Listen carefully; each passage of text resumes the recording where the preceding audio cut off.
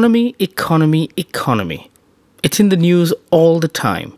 From the Asian financial crisis, to the US subprime crisis, to the European debt crisis. None of these escape our attention. But how do you actually build an economy? Is there a particular recipe for success? The economy is a complex thing. It involves a lot of number crunching and a good dash of hope. Take America, for example. It is home to 34 of the 46 Nobel laureates in economics. But even with that level of thought leadership, the US economy is far from certain.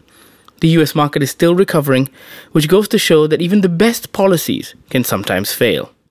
In the 60s, 70s and 80s, we were a strong developing economy. Our labor costs were low, and that attracted foreign companies to set up operations here. Manufacturers are always looking at ways to reduce costs, because that's just how business operates.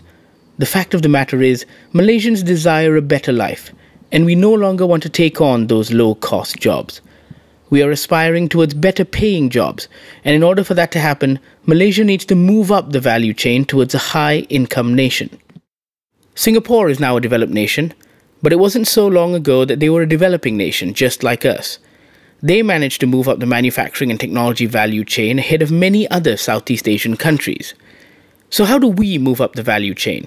Well, hence the need for a program, the Economic Transformation Program, which was launched in 2010 as a blueprint and roadmap to double down efforts towards becoming a high-income nation by 2020. It refocused our core economic growth areas to help us achieve that status. It has now been 2 years into the program, and what has it achieved so far? To be sure, there have definitely been hits and misses. Perhaps it's not unlike a 2-year-old child. It's a process of growing pains and making the right choices. It's the difference between preparing for a sprint versus a marathon. Since the introduction of the ETP in 2010, it has sought to increase our GNI by increasing private investment and creating more jobs, and has so far proven to be effective. That's something to be proud of. But at the same time, neither is this to be taken as an opportunity to rest on their laurels.